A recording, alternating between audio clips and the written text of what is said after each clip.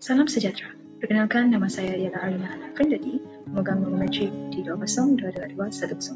D20222104-938. Dalam video ini, saya akan menerangkan tentang inventory stres pelajar ataupun ISP bagi kursus KKA 3023, ujian dan pengukuran dalam kaunseling di bawah pensyarah Profesor Dr. Muhammad Aziz Shah. Inventory stres pelajar ataupun ISP merupakan inventory yang telah dibangunkan oleh Muhammad Aziz Shah, Durah Nadia, Azila Roslan dan Aslina Ahmad pada tahun 2016. Inventory ini dibangunkan adalah bertujuan untuk mengukur tahap tekanan dalam kalangan pelajar di institusi pengajian tinggi. Bagi ISP edisi 2020 yang merupakan edisi yang terkini yang telah ditambah baik dari segi item dan ujian untuk kesahihan dan kebolehpercayaan untuk menjadikannya lebih sesuai diaplikasikan kepada para pelajar. Inventory stres pelajar ataupun ISP telah dikarang oleh pengkaji dalam kajian berdasarkan gabungan dua teori iaitu The General Adaptation Syndrome dan The Environmental Stress Theory. Asas, prinsip dan konsep utama kedua-dua teori ini digunakan untuk membangunkan konsep utama, skala dan subskala ISP. Untuk menguji kesahihan ISP, kaedah kedelinan telah dijalankan oleh pakar, di mana 9 pakar yang ditugaskan untuk menilai ISP telah dipilih berdasarkan kepakaran mereka dalam bidang pendidikan dan kaunseling. 9 pakar tersebut merupakan 5 pensyarah daripada Universiti Pendidikan Sultan Idris, manakala 4 orang lagi merupakan pengamal inventory yang terdiri daripada kaunselor dan guru. Kesahan untuk keempat-empat subskala juga telah diterima oleh pakar. Oleh itu, kesahan kandungan ISP adalah tinggi. Nilai alpha Cronbach untuk semua skala dalam inventory ini pula adalah majoriti kepakaran menunjukkan konsistensi yang boleh diterima. Seterusnya ialah pentadbiran. Sebelum memulakan pentadbiran, responden haruslah disambut dengan ucapan yang baik. Maklumat demografi diminta untuk diisi terlebih dahulu sebelum pentadbiran dimulakan. Kemudian, lembaran soal selidik juga menyediakan arahan untuk memastikan responden memahami tujuan pentadbiran dan sekiranya responden bersetuju, pentadbiran boleh diteruskan. Inventory ini terdiri daripada 40 item negatif untuk mengukur 4 subskala, di mana setiap subskala mengandungi 10 item, iaitu subskala 1, fizikal, subskala 2, hubungan interpersonal, subskala 3, akademik, dan subskala 4, faktor persekitaran. Proses pentadbiran akan mengambil masa lebih kurang dalam 15 minit sehingga 20 minit sahaja. Persekitaran lokasi pentadbiran juga hendaklah berada di tempat yang kondusif dan selesa. Responden juga diminta untuk menjawab soalan dengan jujur, dan setelah selesai semua tugasan, kaunselor boleh mengucapkan terima kasih atas penyertaan dan kerjasama responden. Apakah cara menjawab inventory stres pelajar? Langkah yang pertama ialah responden haruslah mengisi maklumat diri yang terdapat pada inventory ini, di mana maklumat diri ini terdiri daripada 4 item iaitu nama, jantina, umur dan nombor telefon. Seterusnya, responden haruslah membaca arahan yang telah diberikan pada awal inventory dengan teliti. Arahan ini merangkumi tujuan untuk menjalankan inventory stres pelajar dan arahan ini juga menjelaskan bahawa tiada jawapan yang betul atau salah yang diberikan oleh responden. Responden juga harus membaca setiap pernyataan dan membulatkan pernyataan yang terbaik yang menggambarkan diri mereka. Inventory ini juga mengandungi 4 skala, iaitu skala yang pertama, tidak pernah, kedua, sedikit kerap, 3, kerap, 4, sentiasa. Kemudian, responden haruslah membaca pernyataan yang telah diberikan dengan teliti.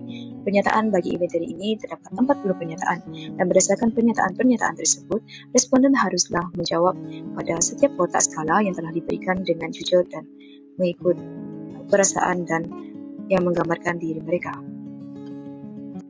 Setelah selesai menjawab 40 item ataupun pernyataan tadi, responden haruslah mengisi borang jawapan inventory stres pelajar yang dibahagikan kepada 4 subskala. Bagaimanakah pula cara untuk mengira skor? Untuk mengira skor dalam inventory stres pelajar, pengiraan dibuat berdasarkan bilangan jawapan yang dipilih oleh responden dalam setiap lajur skala. Setiap lajur mewakili tahap kegerapan yang mempunyai nilai skor sendiri, di mana skala yang pertama mewakili skor 1, skala kedua mewakili skor 2, skala 3 mewakili skor 3, skala 4 mewakili skor 4. Responden perlu menanda setiap jawapan bagi setiap item. Untuk mendapatkan jumlah skor keseluruhan, jumlahkan bilangan tanda ataupun dalam setiap lajur, kemudian darabkan dengan nilai skornya.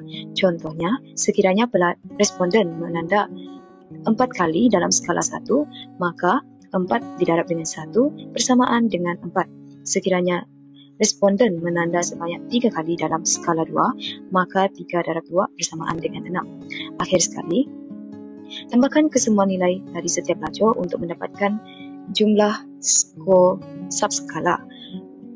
Begitu juga dengan subskala kedua, ketiga dan keempat.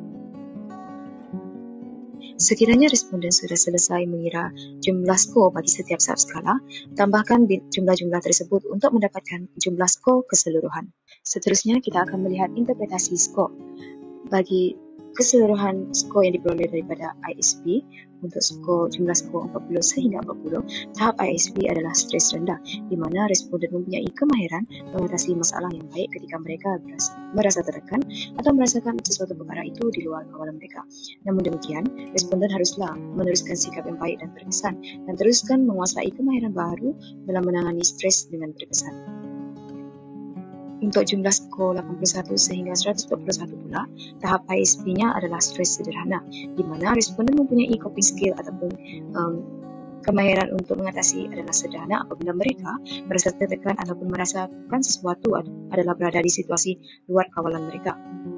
Sehubungan dengan itu, sebagai langkah berjaga-jaga, responden haruslah lebih bijak dalam menangani permasalahan dan krisis kehidupan dengan meningkatkan kemahiran diri mereka. Akhir sekali, bagi jumlah skor 122 sehingga 160, tahap ISP-nya adalah stres yang teruk, di mana responden mempunyai coping skill yang lemah apabila merasa tertekan ataupun merasakan bahawa perkara-perkara di luar kawalan mereka. Sebagai langkah berjaga-jaga, responden haruslah menganalisis faktor stres dan mengambil tindakan segera untuk mengelak daripada stres.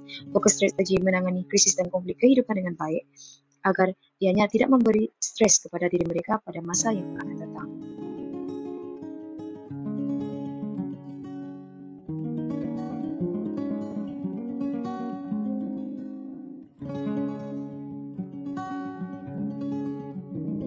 Seterusnya, interpretasi skor subskala ISP. Sekiranya bagi setiap subskala, responden memperolehi skor 10 hingga 18 yang merupakan stres yang rendah, di mana bagi subskala 1, fizikal, responden mempunyai risiko rendah kepada kesan fizikal dan penyakit akibat stres. Manakala subskala 2, hubungan interpersonal, responden mempunyai perhubungan sosial yang baik untuk mengelak stres. Untuk subskala 3, iaitu akademik pula, responden mempunyai pencapaian yang baik dan tinggi dalam motivasi dan pencapaian dan pengurusan masa dan akademik mereka adalah juga baik. Seterusnya bagi subskala 4, iaitu persekitaran, responden baik dan berkesan dalam pelarasan antara peribadi dan persekitaran sosial mereka. Bagi jumlah skor 19 hingga 29 pula, tahap ISP-nya adalah stres sederhana, di mana bagi subskala 1, iaitu fizikal, responden mempunyai risiko sederhana kepada fizikal dan penyakit akibat stres. Subskala 2, hubungan interpersonal pula, responden mempunyai hubungan sosial yang sederhana yang mungkin mempengaruhi stres mereka. Subskala yang ketiga, iaitu akademik, responden mempunyai pencapaian yang sederhana, motivasi yang sederhana, pengurusan masa dan akademik yang juga sederhana.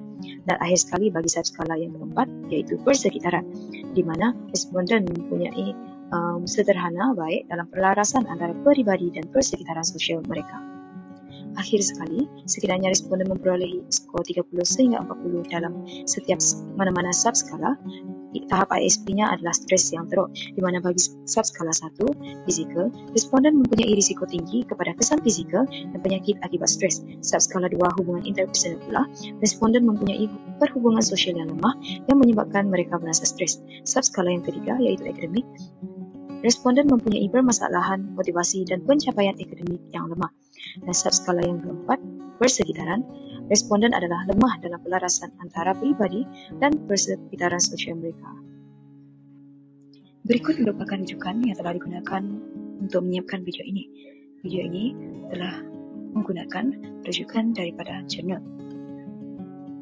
Sekian sahaja daripada saya. Semoga video ini memberi manfaat kepada semua. Sekian, terima kasih.